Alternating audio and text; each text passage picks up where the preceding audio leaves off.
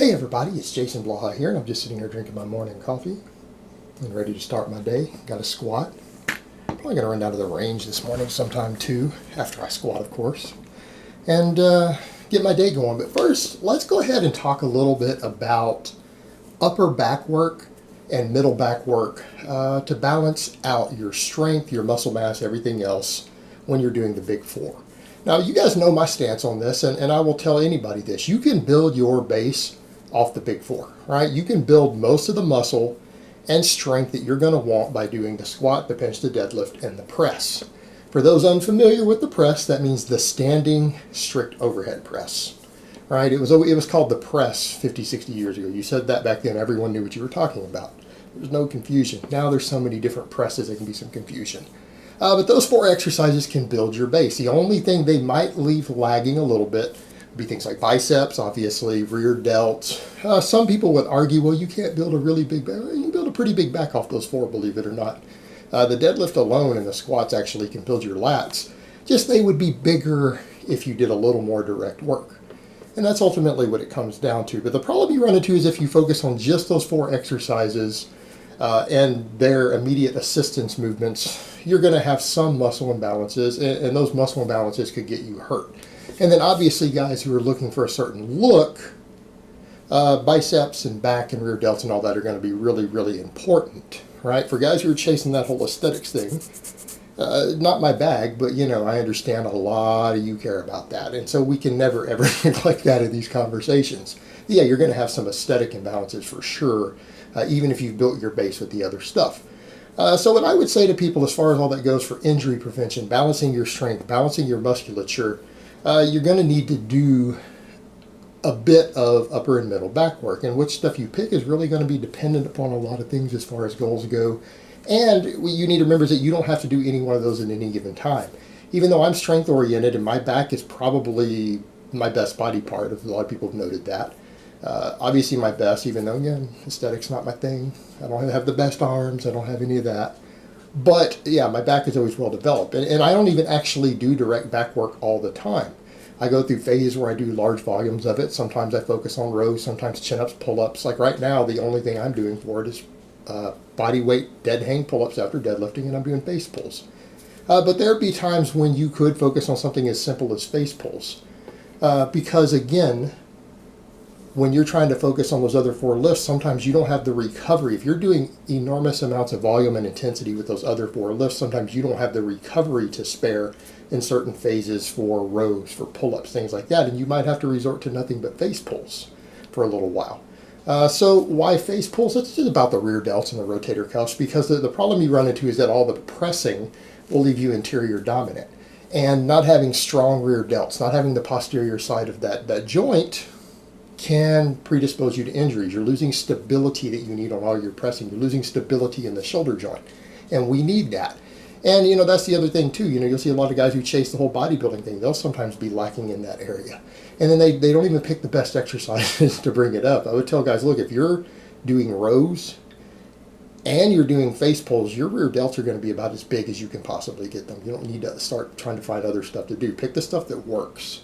Those are compound movements. Yes, even face pulls are a compound movement, and they're multifaceted in their use. EMG studies on them show enormous benefits to even the side delt, the rear delt, all that stuff, the rotator cuffs. So again, you can get away with just that for a while, but you need to be doing some of this stuff just to avoid injury prevention. And when you start talking about aesthetics, what people need to remember, the original classic aesthetics has to do with looking athletic. It's balanced musculature combined with a low body fat. That's generally what people think of as that classic aesthetics look. That's all it is. Just an athletic looking physique, which means no major muscle imbalances, because muscle imbalances are indicative of injuries. In other words, again, if the posterior side of your shoulder girdle is underdeveloped, guess what? You're going to have a higher risk of injury doing your heavy pressing, in particular your heavy bench pressing. So that becomes important. So what about rows? What about chin-ups, pull-ups, all that? Well, really, it depends on where you want to put your focus and what you're willing to deal with. Because I would say things like rows, maybe they aren't quite as good for the lats. A lot of people would argue pull-ups will build the biceps, arguably, better than rows. Chin-ups, definitely. probably a little more lat involvement, right? There's more lat involvement. So they're probably better for just getting a nice wide upper back, right, and middle back, because again, just more direct lat involvement. But rows are no slouch in that department. Whereas in rows tend to develop the traps a lot more. The data on it actually, so I'll tell most of you guys, if you want big traps, get really, really strong at rows. Do a lot of rowing. And if you combine that with your overhead pressing and deadlifting, you're going to get big traps. You're going to get big traps. But rows will build your traps. They work your rear delts more than a pull-up or a chin-up. It has to do with the fact that you're bent over all the way. Now, a lot of guys are like, well, I'm not doing them bent over. Well, then maybe you need to fix that. Remember, you guys need to remember, a row is not off of the floor. Forget all the stuff you see bodybuilders doing. Athletes row off the floor. Whether it's a strict Pendlay row or it's a cheat row, rowing off the floor helps develop your deadlift better. It helps develop your rear delts more. So again, you get better carryover to things like your deadlifts, cleans, anything where you have to pull off the floor. You're getting more practice pulling off the floor. You're pulling from a dead stop. And again, being bent over further, again, you work a lot more of your rear delts and things like that, things that could be weak points for you. It even gets some hip involvement. So you're training yourself to use your lats while you're using your hips and stabilizers at the same time. That tends to carry over very, very well to some of your other lifts. The problem you run into is that it can also put additional fatigue on the lower back.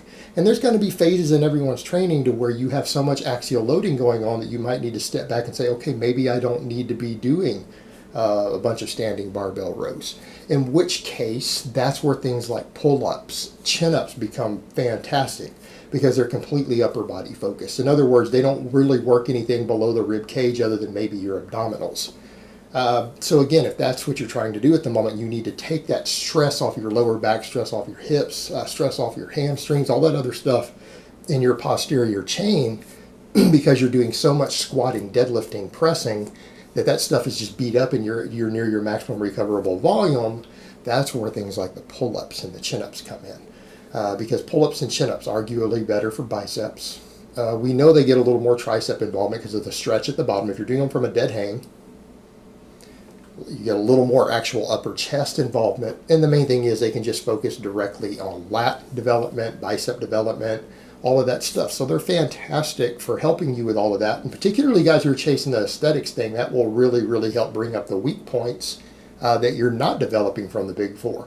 That will go an enormous way towards giving you the wider back, thickening up your biceps, all of that stuff. You know, they will improve you on that. In fact, that's one of the secrets to a lot of guys out there who you see who are minimalist guys who you guys still think that they have these fantastic physiques. All of them are really strong on chin-ups and pull-ups. And that's not a coincidence. It's not a coincidence at all. Because again, it helps balance out the muscles that maybe don't get developed as much as guys would like from an aesthetically pleasing perspective from pure strength training. And it can go a long way to doing that, particularly the chin-up. So that's where that comes into play more, is when you need to bring up all those areas and you want to take that stress off the lower back, off the hips, everything else. But rowing is arguably better purely from a performance perspective, in the sense of if you want to get stronger at pulling things from the floor, you get better carryover from rowing. You get better carryover. It is better for the rear delts. It is better for the traps. So again, I would argue there that if you have to go over to pull-ups or chin-ups in place of rowing, face pulls become a non-optional exercise at that point. You really need to be doing a little bit of face pulls just as a safety precaution for your rear delts, rotator cuffs, all of that. And so again, if people are wondering which of these exercises you need to do, and we talk about you need to do middle back, you need to get upper back development to balance your strength out and everything else, it can be confusing trying to decide which of these exercises you need to utilize at this point. And honestly, I'm going to say it comes down to where your recovery is, where your maximum recoverable volume is for things like your lower back, hips. And again, there's going to be points to where all your other training could be so intense with so much workload that even the pull-ups start to become problematic, right? Even if that can become problematic, in which case a person might have to fall back to literally nothing but face pulls as far as their upper back exercises go. And that's okay. Just remember, guys, this stuff can be done in phases. As long as you build a solid base on all this stuff, you can actually cut that work out for a while. And as long as you're deadlifting heavy, you'll maintain all of your back size and strength, as long as you're, again, doing some extra stuff to make sure the rear delts and all of that are strong, and it'll be fine.